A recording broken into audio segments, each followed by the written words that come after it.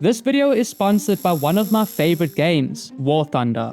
If we pour 1,000 tiny flies onto our carnivorous plants, will they escape through the gaps in the flytrap's teeth, or would there be so many packed inside there that the plants would have a feast? Well, today we're going to test that and 5 other deadly carnivorous plants by pouring thousands of tiny flies on them in the fly swarm.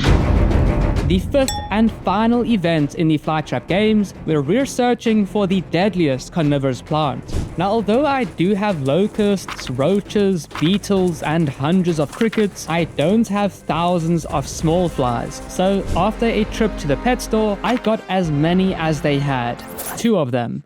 It'll be enough, you'll see why later, but we are using small flies today because the competition needs to be fairer for all of our plants. 2 of them specialize in eating small bugs, not the big ones we have seen this far. Now, before we see how well they'll do when we literally pour thousands of flies on them, let's take a look at how well the flytraps will do. I purposely got these smallest ones in the collection because these flies are so light that the trigger hairs on the big flytraps can't even feel them. But as we know, flytraps can only catch 1 or 2 flies per trap, and if they get overfed, they could stop closing their traps and in some cases even die.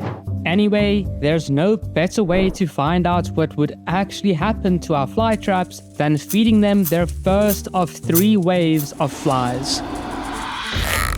I had no idea just how many flies would come out of this tub, and honestly, this fly trap is overwhelmed. While a couple traps are managing to catch some flies, most of them are doing one of 2 things. They either don't close at all, probably because there are too many bugs on these traps, or because the traps are too young or too old to catch something, or they do close but catch nothing at all, even though there are flies everywhere. However, there is a good reason for this. While I keep adding the 2nd and 3rd waves of flies onto our fly traps, you might notice why they do better sometimes and worse other times. In so many of our videos, we have seen how fly traps almost hunt for their food. And most of the time, it's a one-on-one battle. Just the fly trap and the bug. And what we've also noticed is how each fly trap almost has their own techniques or strategies that helps them catch their food. But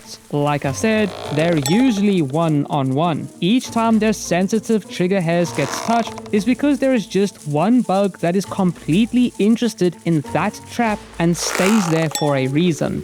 Yet, when there are thousands of flies running all over these traps, none of them are really interested in staying still. Sure, some of them get caught, but that's usually when there are less flies around and they're either unlucky or had some interest in staying in the fly trap. And with only 1 round done from the most interesting event in the series, I can't wait to see how Sarah, our currently ranked number 1 in the competition, might do. Because honestly, this is not what she is good at. As we've seen before, she is used to eating a lot of bugs at once. Her toxic nectar works perfectly on normal flies, and the vacuum we saw last episode works well at sucking them down her trap. But with flies this small, I don't think that vacuum will work very well. And after seeing how uninterested they were with the fly trap's nectar, I can only imagine what they might think about Sarah's nectar, even though it is much more addictive and potent. Oh wow, they love that. As you probably know, flies taste things with their feet.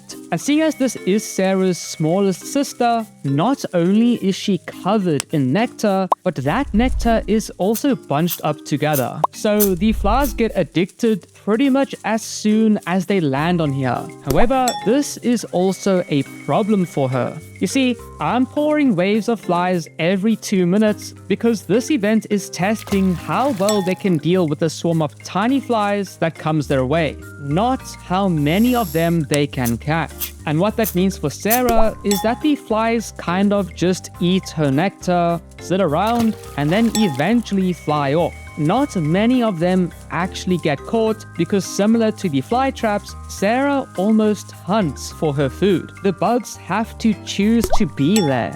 not just randomly end up there. And that's why it'll be so damn interesting to see our sticky plants, Patrick and the king sundew, get a chance at catching these flies later on. However, let's not forget about Darling, our Cobra Lily. She honestly hasn't been doing too badly in this competition and is currently in 3rd spot.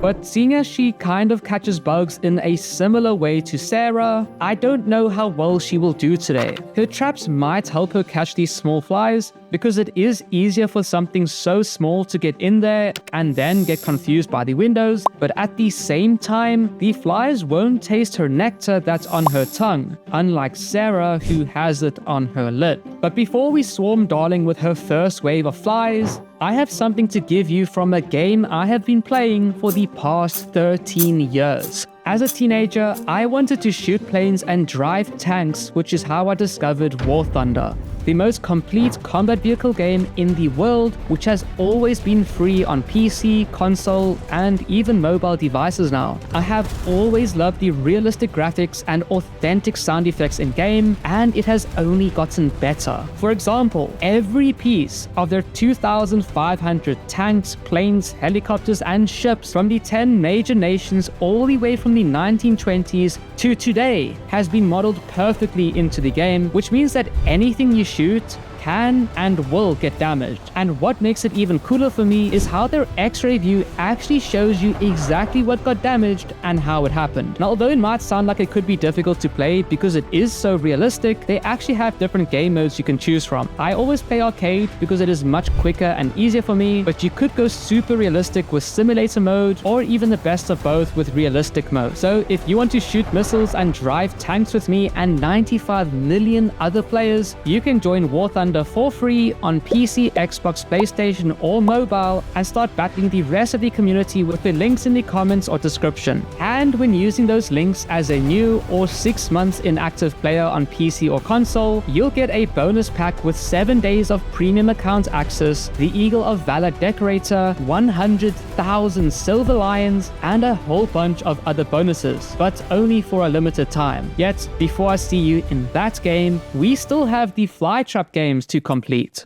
Going into Darling's catch, I know we need to be a bit more patient with her. She is probably the worst plant for an event like this because she focuses so heavily on getting bugs to walk inside her trap that there isn't much grip on her lid for bugs to hold onto, especially when they are as tiny as these flies. They literally just fall off as soon as they land on her. So I'm trying my best to put a couple of them on her tongue in hopes that she has a chance at catching some. However, no matter what I try, it seems like the closest we will get is just 1 or 2 of these flies walking past. The only other thing I can think of is putting the flies inside of her traps, but that defeats the whole point of this event. Darling just can't really deal with a swarm of little midges or fruit flies that might come her way.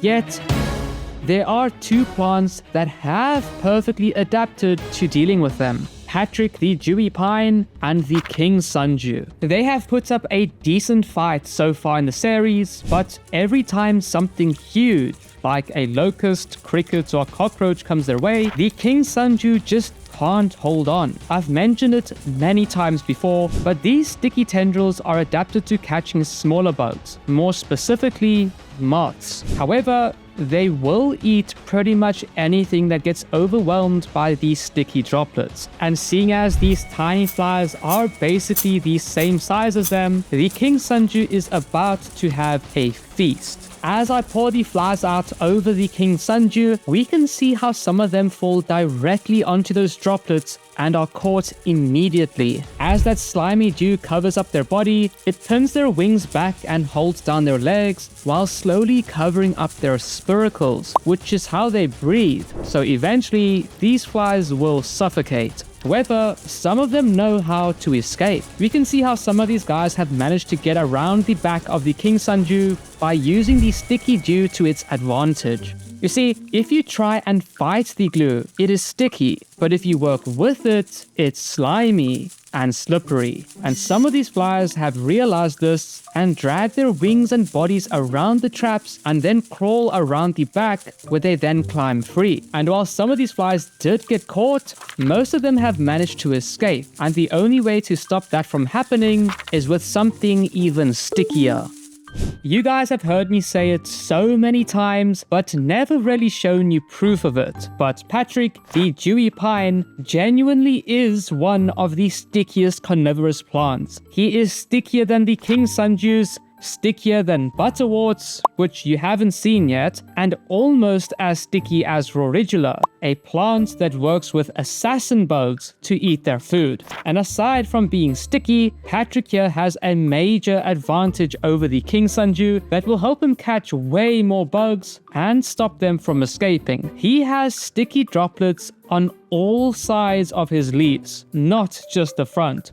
So as I start adding his flies, I already know he will dominate today's event. You can see that these flies are pretty much locked onto this plant in the exact position they land in. In fact, I can only see one of them that is strong enough to drag its body around. No matter where you look or how you place the camera, all you can see is a wriggling swarm of flies stuck on these glistening dewdrops. Yet, the craziest part of Patrick's catch today is that every single one of those flies was stuck to him the very next day when I took him outside. And for one of the first times ever, saying my plant looks dirty is a compliment. However, now that we know that Patrick can absolutely decimate a swarm of midges or fruit flies, we also know that the leaderboard is going to change quite a bit. And guys, I have an even better prize for our winner than last time. Now, before we find out who has won the Flytrap games and will get that insane prize, don't forget to check out one of my favorite games and today's sponsor, War Thunder, on PC, PlayStation, Xbox, or mobile by using the links in my description and comments. All new and returning players who haven't played for at least 6 months on PC or console will get all of those bonuses I spoke of, like premium vehicles and a lot of in-game currency. However, after seeing how well Patrick did today, he hasn't managed to move up the leaderboard, but finally did get full points in one of the events. And although the Flytraps beat Sarah today, the pitcher plants still had enough points from the past to take the win. Now guys, don't forget to subscribe to see how I will feed Sarah a giant spider or two, and please share this video with your brother. I'll see you in the next one.